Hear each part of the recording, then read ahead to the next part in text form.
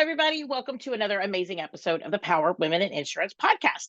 My name is Teresa Kitchens, and I am your host. I am super excited today to be able to talk to you because I know on a couple of podcasts back, I was mentioning that I wanted to be able to go over a book that is changing the way that I'm thinking about me, my business, and what I want to be able to accomplish in the insurance industry.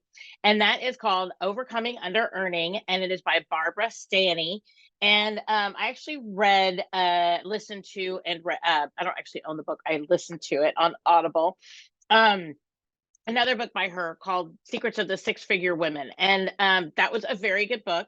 And in that, she had like a chapter on, are you an under earner and what it would take to be able to kind of overcome being an under earner. And then she said, and I have a book about it. So then I have kind of jumped into the book. I have the physical book, obviously, because if you're watching on YouTube, you can see that.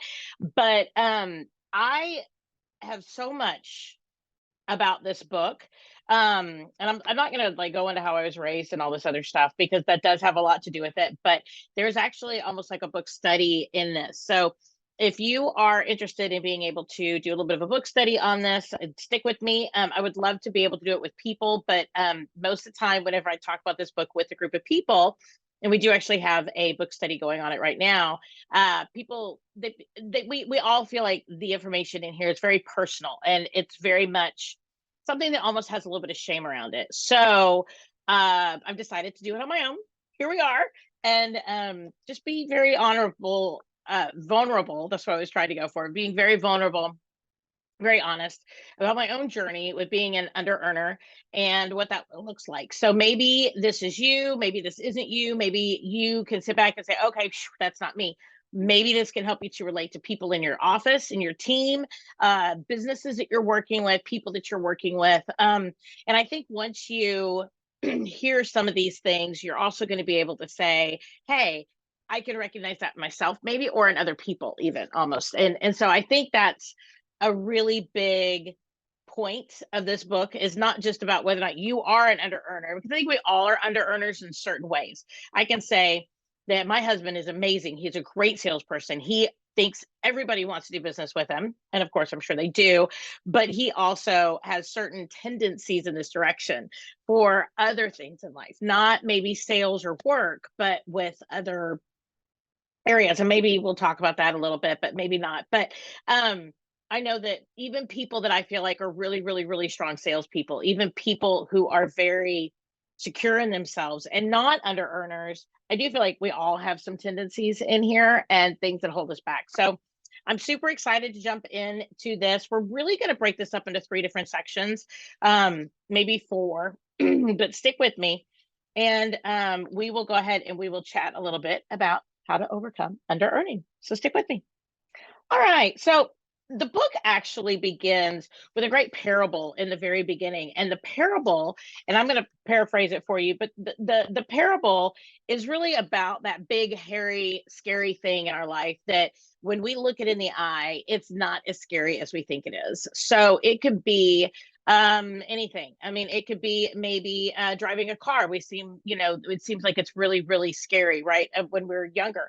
It could be that maybe going on a date after a divorce seems very, very scary for us, right? It could be that maybe, having kids feels very, very scary to us. Maybe something like changing careers, something that feels very, very scary. When we look it in the eye and we see it for what it is, it makes it smaller.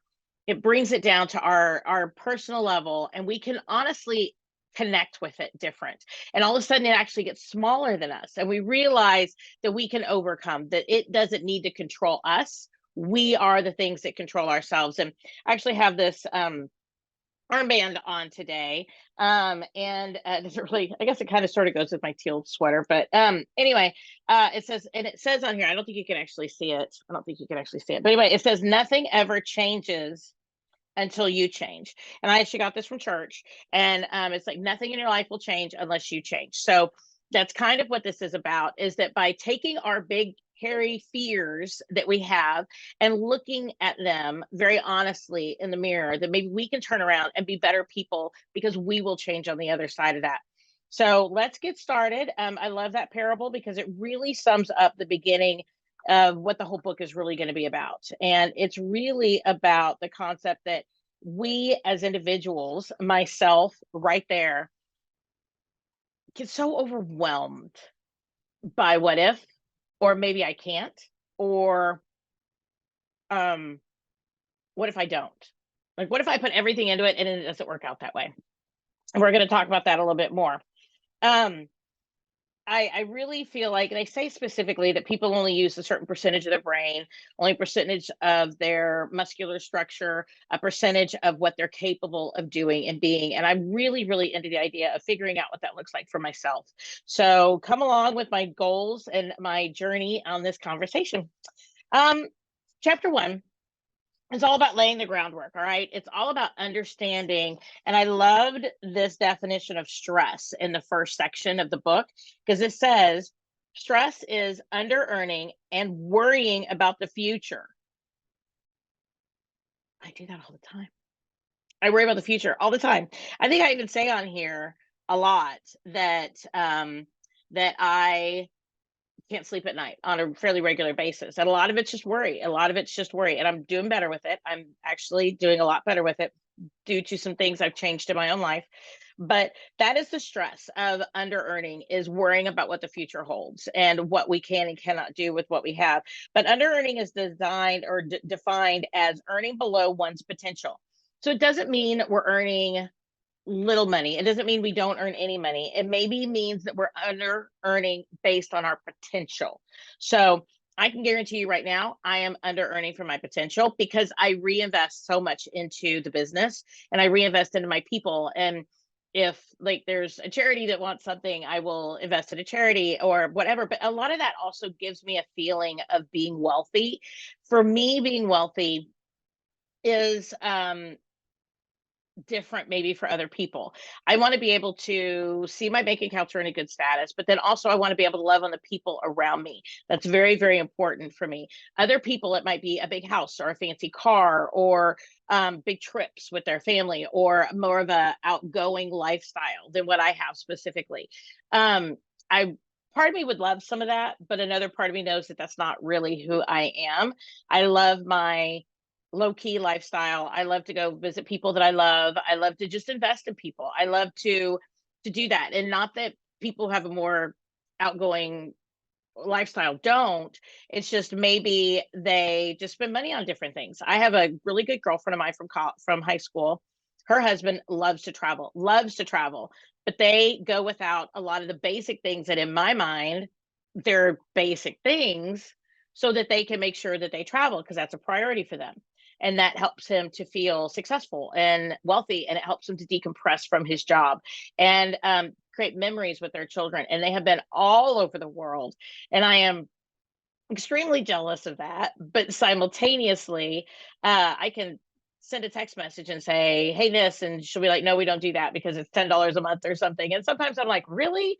And it's just a priority, right? It's a difference in the way that we choose to be able to live our lives. And we do the things that serve us. And I want y'all to hear that, because the things that our clients do, the way they react to us, the way they react to, say, the changing of our economy right now, okay? The way that they react to the changes in the way that life functions is about them. It's about what they have going on. It's about what their fears are, what's going on that we don't have any clue about. It might be maybe about, the fact that they can't go visit their kids as frequently because now something's going up in their personal life, right? So insurance is going up or whatever it might be, but they've got something that they have in their own head that they are having a conversation about that we don't even know 99% of it. So I wanted to start the book with that conversation and with that idea, is that there are these really big things that scare us, but sometimes these things are really big because we let them be really big. And then on the other side of that, the conversations and the fears and the anger that we get maybe from our community are not only about the actual conversation, but they're also about the background and the personal preferences that that person has. So it's not about us. So we can't take it personally. Okay. So I feel like this under earning conversation goes so deep because it's also excuse me, about how do our clients react when the economy goes up, their insurance rates go up, their car payment goes up. How does our economy react in, how do people react in different ways for texting, emailing? Because it's that fear, and it's a fear of not being enough. Under earning is a side result from not living up to our full potential, whatever that looks like. If that is trying out new things, if it is stepping up for a promotion, if it is going for that sale, if it is opening up our own insurance agency, if it is asking to, I don't know, transition into something, right? It could be anything. It could be anything. But we have to remember that everybody has their own goals. Everybody has their own perspective. Everybody has their own way that they react to things, and they react based on their own personal thoughts and feelings. So super important to start this off with. One of the things that the book kind of goes over is that people do not take the time to be able to define their goals. They're too busy. So what I did was I wrote down, and one thing I would challenge y'all to do is 100 things that you want. And if you're on YouTube, you can see my 100 things that I want. You might be able to pause it, blow it up. But I went ahead and in my little journal, I went ahead and wrote down, what do I really want? What is it that I really want? And then from there, I think it's really important to be able to take a highlighter, which I've not done yet, and highlight out maybe the top 3 to 5 things that you really, really want. Because I think that we're going to see in here, especially when you go to 100, you're going to really go into some really deep conversations about what do you want personally, professionally, spiritually, emotionally, financially, right? And with that, we're going to see some overarching things, right? Like for me, stability and security are very, very important. I want to have stability and security. I want to give stability and security to my team, to my family, to everybody. And I want to be that facilitator of that. But at the same point, I also want to be taken care of underneath that umbrella of stability and security. So I don't want to be the only person responsible for that conversation of stability and security, because that drives me nuts. Like it makes me not sleep at night, right? So if we go through and we take the time to really, really write down 100 things, and the main reason, here's why I tell you 100 things, and I don't know, you can see right there, 100. So I have 100 things because it stretched me. It stretched me to think further. If I write down, the top 10 things I want out of my life, that doesn't stretch me. And I don't go into detail. So I might say, for example, I want to go on an epic vacation with my husband when he retires. Great. What is an epic vacation?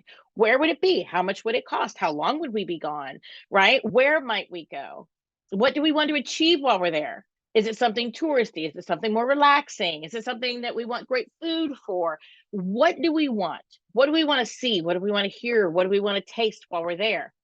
By being able to dive down deeper into what we want, it helps us to define what we want. I can say, I want to be able to have a staff of 10.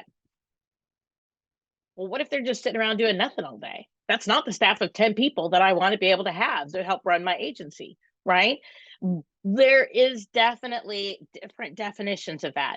For my agency, what do we want? We want to be able to respond quickly, authentically. We want to be able to respond correctly. We want to take our time, do things in a way that honors our clients. We want to have good conversations, build relationships, all of those things, right? But unless we define it, we don't know what we're working for. Super, super important. So as I go through this, I mean, I'll sit here and read off some of mine. Stability. I want to be able to take care of others. I want to be generous. I want to not live in fear. All right. Have peace. I want to travel. But then as I get further along, okay, and I'm just going to kind of show you guys this. I want to make $250,000 a year. Whoop, whoop. That for me is a very uncomfortable number. And I'm being very honest about that. The idea of me making $250,000 a year is almost absurd in my mind, but that is a goal. I want to be able to run a healthy business, one in which my team and my clients are happy, they feel heard, they feel loved. I've got all that on here. I want to get my CIC. I want to be able to provide scholarships and empower other women in insurance through education. And I would love to start up a foundation to be able to start helping people to be able to propel forward in their careers in the insurance space. I want to take my family to Alaska. I want to take them to Turks, Caicos. I want to be able to send my husband on a boys trip with his two boys. I want to be able to fly to see my friends, insurance agency owners regularly. I want to go. I want to see them in their element. I want to be able to come visit them. I don't want it to be just at a conference, right? I want to have a clutter-free house. That is huge. I am a queen of a pile in the corner, so that is very important. I want to be able to provide 401ks, health insurance, vision benefits for all of my team. I don't do that at this point, and that is a goal that I have for the next 12 months. I want to be able to, I'm going through some of these that I think might be a little bit more important. I want to be able to do things with the office for charities. I want to be able to help educate. I would love to go to a local food pantry here that actually does education to help people find jobs. So they teach computer skills, help you with your resume, those types of things. I really want to volunteer there. That's one of my goals. Just things like that. Be specific. Be specific. What do you want? How do you want it? How much weight do you want to weigh? If you have goals for weight loss, whatever that is, but be specific. So that for me was very important. They also talk about tips and traits to how to know if you are an under earner. And I want to be able to read some of these to y'all because I think it's going to be very interesting that as we look through specifically the conversation of what we really want out of our lives, if we can say, I want to do things that scare me, we need to be able to create goals that scare us, right? Instead of saying, oh, I want to make $250,000 a year. But if I'm at $50,000 a year, what do I have to do to get there, right? But until we say, this is what I want, how do we track how to get there? And how do we track the progress for getting there? Because what we want isn't always a 12-month conversation. It's not always a 5-month conversation. It could be a 5-year conversation or even an 8-year conversation. And I think that's really important for us to be able to really remember, is to think through that in order to grow and to learn and to be something more, we have to know what we want to be and what we want to accomplish in order to get there. So one of the goals of the book is to be able to change our relationship with money. Money is just a tool. Money is a tool for us to live the life that we want to live. I know that in my head, I have some junk in my head that is like, oh, if I make so much money, then I can't be available for my family. Then I can't have real relationships with my clients. Then I'm going to be pushing and I'm going to become too salesy. I have all that in my head, right? I think if I buy a big house, then I got to buy, then I got to buy furniture and I got to be able to clean it and I got to be able to do this and this and this, right? But I also love the idea of entertaining, and I also love the idea of having people over to stay with me. And so we have to think through what are the things that pop up in our head that hold us back. Okay. So, and by knowing what we want through our goals, that helps us to be able to achieve that. So there's actually a quiz in here. Are you an under earner? So I found that to be huge for me. So and I'm trying to look for it in the book as we're here. I probably should have already flagged it, and we can take all these and we can move them into the conversation of an affirmation to not be that way. Okay. So here is some things about being an under earner. And if this is some things that flags your mind, then think through this. Under earners talk as if they're trapped. They can't do this. That's too hard. That's too much. That's me. All right. They make excuses to block out their options with emotional blinders. They can't see past where they stand. And when they do, they get scared of what they see. That's me. Under earners give their power away. I do that a lot. They constantly projecting their power out there. They blame other people or outside conditions for causing their problems. I'm so much better than I used to be on this, especially in my 20s and 30s. I was the perpetual victim. And I stopped it in my 30s and I still struggle with it, but I hear my thoughts when I get there and I will call myself out on it. And I ask the other people around me to do so. If people are in my really close circle, I tell people, call me out because I don't want to be that way. But it's interesting once you stop doing that and you become really aware of it, then you hear when other people do it. And you just want to go, but don't you know that you're fully capable of blah blah blah? People are like, well, yeah, but still this thing over here is going to hold me back. And it's interesting when you get into those conversations. So under earners give their powers away and they feel trapped. Number three, they underestimate their worth. They give away their time, knowledge, skills, and experience for bargain prices because they don't believe that they're worth more. Very important. And I think especially when we get into religion, whenever we get into service projects, that is really big for a lot of people. We give away too much when we come into the business world because maybe we've been knowledgeable or we've been programmed that to not serve or to serve and make money by serving is somehow wrong. And that was the way I was raised, was that servers, people who serve, don't need to be paid to serve. We serve out of the goodness of our hearts because we just love people. And it's true, but I am not somebody who steps up and asks for money for doing things, excuse me, that are more service oriented. Under earners crave comfort. Do you remember me telling you my goals? Security and stability. Yeah, buddy, that's me. They crave comfort, but it's astonishing how fiercely we cling to our so-called comfort zones. What a misnomer. Those places are anything but comfortable. They are just familiar and predictable. I was particularly struck by Stephen's perspective description of his lifelong pattern.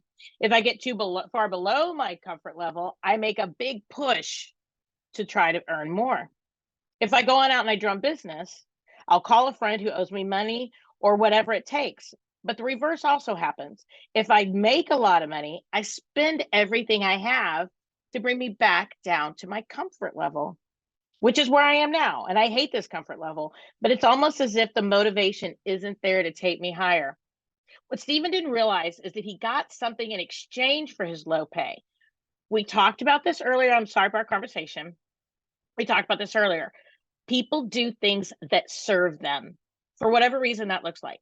People do things that make them happy, make them feel comfortable, that are comfortable to them. And it might be they feel like they need to yell to get what they want. So then they come at you yelling because they know they want something, right? But it doesn't have to be that way. It doesn't have to be that way unless we choose to be that way. And how we react to them is about us, not about them. I know, again, that's that victim mentality that, oh, this person yelled at me, so I have the right to yell at them back. And sometimes I wish that was the way life worked, but I always get in trouble when I yell at people. But living close to the edge gives me some sort of an adrenaline rush. That's what it says here in the book. It sets me into action, but I don't like what it does to my life. Sometimes we create these goals and we get ourselves on this high, but then it makes it really hard to be able to achieve those goals. And so then we go low again, right? And so we keep ourselves in this middle area where we feel comfortable because we say, oh, that's too hard, or we don't want to go lower, we don't want to go higher. This is what's comfortable. I can do this, right? The other things are hard. And we don't want to do those harder things, right? Often beneath the under earner's inability to get ahead is a gaping emotional wound stemming from childhood trauma or more recent abuse. Under earning, like overspending, can be an unconscious attempt to numb the hurt. Financial tension becomes a perfect diversion from your personal pain. But of course, as with all distractions, under earning never heals the headache, it only escalates it. Still, quitting an addiction requires massive discomfort. That really stuck out to me. Just because I know that I do try to blame things on other people. I do hold myself back because I can't. It's going to be too hard. And the idea that I'm the one standing in my own way is really, really powerful for me. And I'm excited to talk about this here because I feel like this is part of my journey to hold myself accountable for getting out of these saboteur oriented philosophies, if that makes sense. Oh, number 5, under earners are self saboteurs. I think I probably saw that on the page and used that word just a minute ago. They underestimate their worth and try to undermine their own success. That's why so many bright and talented people can't seem to get ahead. They're also codependent. People who don't value themselves easily slip into codependence, putting everyone else's needs before their own. Huge poster child right here. That's me, poster child. I'm the queen of going without so that other people can have more. I do that all the time. Number 7, under earners live in financial chaos. Maybe you have enough, maybe you don't have enough. You give away everything to make other people happy, but we create our own chaos. The biggest fear for under earners is about having more that is perhaps the biggest fear under earners have about earning more is that they'll have no life and that they'll be working all the time. That's my biggest fear. I actually went through, and if you look at some of our podcasts back forever ago, this is 2 years ago, probably. My husband and I did a podcast about our divorce because we've been divorced and remarried. And with that, I know that one of my biggest things was that I felt like if I had these major goals for my business, that I would never be able to be there for my children. And when I went through my divorce with him, I went through kind of this whole 100 goal conversation with myself, except it was different. It was, what do I really truly think about a topic? And I actually went through a workshop where they did this, and I would love to do this with people, where we got one of those big sticky notes, easel type things. And what we did was we wrote, men are blank, and we filled in a blank. Women are blank. Money is blank. Children is blank. My home is blank. And we had to fill in the blanks for our own lives. And then we took it and we wore it on our front. We took it, we taped it to our front of ourselves. And we had to go try to sell something, right, to somebody else in the room. Like, here's a book, right? I'm going to sell you this book. And this person is going to respond based on how my philosophies are. So if I think men are overbearing, right? So then I'm going to talk to him and try to sell him this book. Well, if I feel like that is the case, then I'm going to treat him as if he's overbearing, right? So therefore, if he goes, well, I don't really feel like that's a good book for me, I'm going to go, okay, no problem. You know what? I totally get it. I get it, right? And I just want to run away from that conversation because I don't want someone to come at me overbearing. If I feel like women are not good leaders, right? And I want to be able to sell them this book, I might make other choices based on that book. Based on those philosophies. But one thing I really realized was I felt like I was a empowerer, which is really good, but I was also I know that from my answers from that, I also felt like I was secondary to everybody else, that everybody else was supposed to be somehow, I was supposed to empower them to go live their best life. And during my divorce with Marcus, I realized that that was a very messed up way to think. And I have kept myself out of that. But sometimes I know I don't deal with things because I just don't want to. I'm afraid of what that's going to take to be able to do. And I have had to really nut down on the idea of taking personal responsibility rather than wanting to be rescued by a knight in shining armor or by a business or by clients, or that something's magically going to happen and my phone's going to ring and all of a sudden all my financial woes are going to go away. That's not the way life works, right? And without us taking personal responsibility, we find ourselves in these chaotic situations, financially, personally, spiritually, emotionally, because we didn't take care of business along the way, right? And we didn't believe that other people could be healthy in and of themselves. And that was one thing I had to really get over, is having to feel like I needed to go fix other people. I will literally sit in my own brain sometimes and I'll just think, I don't have to fix you. I don't have to fix you. And as I'm listening to conversations, I want to go, but this is what you need to do. And I can't do that. I can't, because that's a classic under earner that I'm pouring myself into other people, and I'm exhausting my own personal self to where I don't do what's best for me. And I put myself on the back burner. And I've gotten to where I'm like, one of my favorite terms is that sucks. How are you going to fix it? And I talk to my kids and I talk to my team members. And whenever they come in my office and they want to sit down, if you're watching the YouTube, you can see I got a couch right here. Come on in, let's chit chat, right? And I ask them, do you want me to help you solve it? Do you want me to listen? Or do you want me to be, you know, offer advice, be your champion? What are we doing here? And a lot of people will sit back and they'll say, I just want you to listen. Great. And I'll just listen. Oh my gosh. Wow. Wow. Wow. That's crazy. Wow. Wow. Right. I'm not jumping on their bandwagon and I'm not fixing it. And I'm not telling them how they're wrong. And I'm not taking away their story. Not doing it. But then when they're done needing to be listened, all of a sudden they're like, oh no, I want advice. I'm like, okay, well, I don't give advice because you need to choose whatever is right for you. I can tell you what to do in my opinion, but that doesn't mean it's right for you in this situation. So what I'm going to do is I'm going to say, what is your goal? What do you want to be able to accomplish? And what do you think is going to help you to be able to get there based on this situation?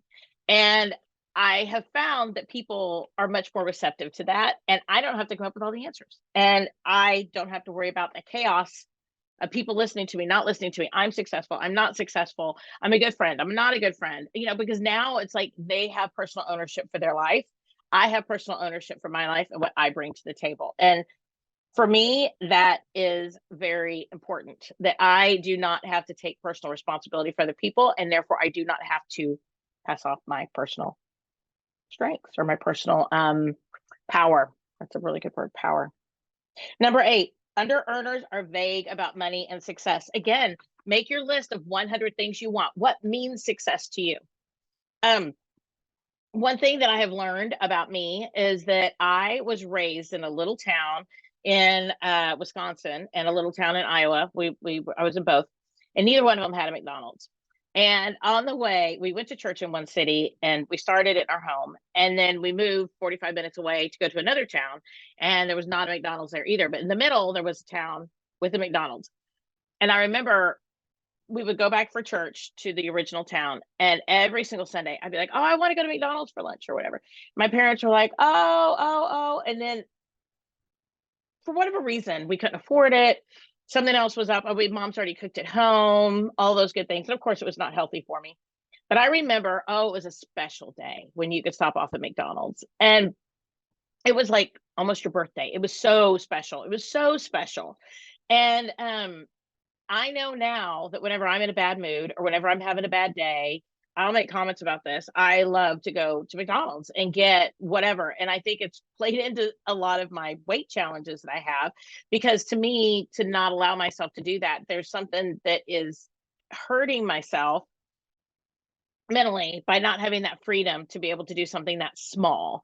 And this actually started when I was in high school, because I moved to Dallas when I was in high school.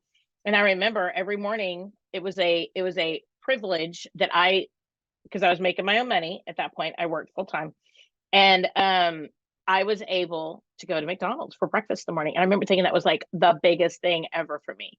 And now as I get older, it still is a challenge for me.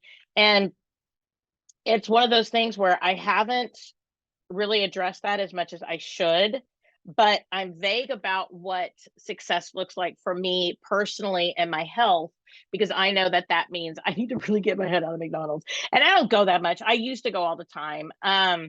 I don't do that anymore. I only go like twice a week, but I really scaled back. I'm not drinking as many sodas as I did, but there were parts of that felt like success to me. For me to be able to buy something on Amazon feels like I'm successful, that I don't have to sit back and say, oh no, I can't buy that new brush, or I can't buy that whatever it is that I want on Amazon. Now, there have to be limits on that, right? I need to know what I want. I need to be able to have boundaries and all of that. So, by knowing what we want to do with our money, what makes us feel successful, what makes us feel happy, we can give ourselves pieces of that. But then we also know how we need to learn how to not let that get out of control. That is very important, because if it gets out of control, it can impede us from being able to get where we really want to go. So if y'all want to talk about that more. message me. I'm happy to chit chat about it. Under earners are anti-wealth. Maybe they think that rich people are snobs or rich people are blah, blah, blah, right? And I was raised that way. Under earners are controlled by fear. Again, that big, hairy, audacious fear that we have that we need to look in the eye and call it out, right? And those are some of the biggest things that under earners do. We sabotage ourselves. We don't give ourselves for credit for what it is that we do. We're codependent. And these are a lot of negative words. I'm going to be very honest about that. Okay. But if we can look that in the eye and combine that with what we want, what our goals are, the book says to take these things that we know and make them positive affirmations. Like, for example, under earners are self-saboteurs. Okay. So maybe once we become aware of it, we could say, I am fully capable of making this sale, right? I'm not going to quit halfway through. I'm not going to give up my power. I'm not going to let someone else control me, right? Just like the conversation of, I don't have to take responsibility for that person. By being aware of these tendencies that we have, then we can be aware of them enough to say, I'm not going to engage in those. Now, this is a really, really long-term process, okay, of what that's going to look like in your life. I have not mastered it in any way, shape, or form. And there have been parts of this that have been becoming aware to me over the course of the last 5 to 10 years. So I'm still 100% working on those. But, we need to make ourselves affirmations saying, I am financially safe. I financially can do this. I am capable of achieving my goals. I am stable. I am secure. I am safe to be able to provide this for someone else, but I don't have to. I can do it if I choose to. And maybe there'll be times where somebody asks us to do something and we can try it out and say, nope. And then just sit in it. The world didn't stop. I know sometimes I'll sit back and I'll think, no, I can't do that. And whatever it is. And I remember just practicing saying no to people so that way maybe I would learn gradually that the world is not going to stop on its axis if I tell people no. So that's really important. Another thing in the book talks about discover your earning ceilings. This is really, really important. This part of the book talks about how do you feel knowing that you're making $25,000 a year? How would you feel? And these are like journal prompts, right? To think about. How would you feel if you were making $75,000 a year? How would you feel if you were making $100,000 a year? How would you feel if you were making 150, 200, 250, 400, 600, a million? What would you do if you took home $1 million per year? Do you feel like that's capable within your wheelhouse of your business? That's being able to look at where you're uncomfortable, where you're like, okay, that works, right? And then going, oh gosh, I don't know that I could do that. That's when I was like, okay, that's my 250 mark. And so that for me is like, okay, that's going to be my goal, is because I want to achieve what I don't think in my head I can, or I would feel very gluttonous by wanting to achieve that. And so that's why I'm putting it out there. I don't know if I will or when I will, but I will. Don't talk to myself like that, right? Yeah, I know. I hear you guys out there. I hear y'all out there. But then breaking through your earnings barrier is chapter 3. And it just talks about how we as women sometimes, or just people, don't give ourselves full credit for what we're putting out there in the universe, asking for that promotion, taking responsibility for that sale, not self-sabotaging, telling, our family, hey, I need to go work for another 45 minutes when we get home, or hey, I'll be home in 45 minutes, right? I know that sometimes when my family is like, it's 5 o'clock and why aren't you home? I'm like, there are lots of people that work till 6, 7, and 8 o'clock, people. Just chill. And I tell them, you could wait an hour for me to be able to do something for you. And by doing that, they've learned to give me time to be able to do my job and to do it well. And that has been able to allow me to take myself more seriously, that I don't have to drop everything when my team or area director for some carrier or, somebody somewhere tells me that they need something, I don't have to drop everything to be able to go do it. That's very different from me in the last 10 years, just to let y'all know. I don't know. But they do also have these great journal exercises in the book. I do have mine all, itemized out. This is a workbook / book, right? Over earning is all about your attitude, right? We need to be able to get over them. And I was at an event not too long ago. John Melanchek was there. And he said, everything that we fear is self-perceived. It's that we perceive that it's scary. Somebody else might not feel it's scary. For me, going 250 miles an hour seems scary, but for a race car driver, that's normal. Like, they hate driving 75 miles an hour because to them it's boring. Everybody's different. And we have to acknowledge that and see what's important to ourselves and what's important to our spouses. So what we can do is, if we can look at our children and our team members and our spouses and see what's important to them and express what's important to us, and maybe even know why they react the way they do. There's tons of personality tests out there, and or just having conversations, maybe even about these things publicly as a team, will help us to be able to overcome some of our professional stop gaps in our own head. I know that I used to have a team member that worked for me. It was in sales, and he would always say, "Oh no, they're not going to pay that. They're not going to do that. They're not going to pay a policy that would be worth that," or whatever. And I would just tell him, "Don't think for other people. This is where our carriers are coming in at. This is, we believe that he or she needs to be insured at this amount because this is where, as a professional, the house needs to be. So don't think for other people. Let other people think for themselves. You do your best. You develop relationship. You advise honestly and completely, and you do your very best every day. But we cannot do other people's very best for them. We cannot think through things for them. We cannot make decisions for them. We have to do our very best, and we have to do our very best for our family, for ourselves. If we talk bad to ourselves, say, "Oh, I can't, I'm not good enough." If we sit back and say, "Oh, I could never make that kind of money. Oh, that's too big of a sale. Oh, I'm not going to go after that commercial account because, oh my goodness, that's going to be like a $50,000 account." Why not you? Why not you? Is it because we think we don't earn it, or because we don't think we're good enough, or because we're afraid if they'll leave us for another insurance agency eventually, and we don't want to lose what we might have at that point? But we don't have it anyway because we don't have it right now, right? Because we didn't go after that $50,000 account. So unless we stretch ourselves, unless we push ourselves, how do we know what we're really worth? This is the beginning of overcoming under earning. And if you see yourself in this book, maybe with some of these conversations, things like, "Oh, I that amount of money, like going for that kind of an account might make me feel a little bit more uncomfortable. Oh, that scares me if I go into commercial insurance. Oh, it scares me if I go into Medicare. Oh, it scares me if I want to be able to have a book that is this large." Go for it.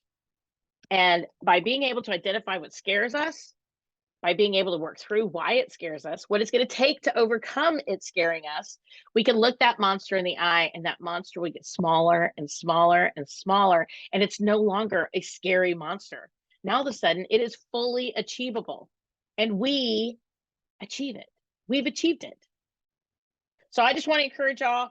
We're going to do this in a couple different episodes. But this is where I'm going to stop today. But just take over. Get this book. It's a great book. Make your goals. Go through the questions in here about whether or not you're an under earner, and take a serious look at your mental conversation. I can almost guarantee, even if you don't think you talk to yourself in these ways, you do. Even my wonderful and amazing husband, who I love dearly, he's a wonderful salesperson, and he has a great sense of self-esteem on all that. But sometimes if we're talking about stuff, all of a sudden little things do pop up out of his conversation. And he does listen to my podcast occasionally, so I do love you, honey. But little things will pop up in our conversations like, "Oh, that would be so much work. I couldn't even think about that." right? Because we're making that prejudgment ahead of time. Like if I said right now, hey, let's go out and buy a investment property, my husband would be like, oh, I don't want to have to go manage it, and people tear that stuff up, and people do this, that, and the other. And okay, they do, but there's lots of people that don't. So we're making that decision for other people. Again, don't think for other people.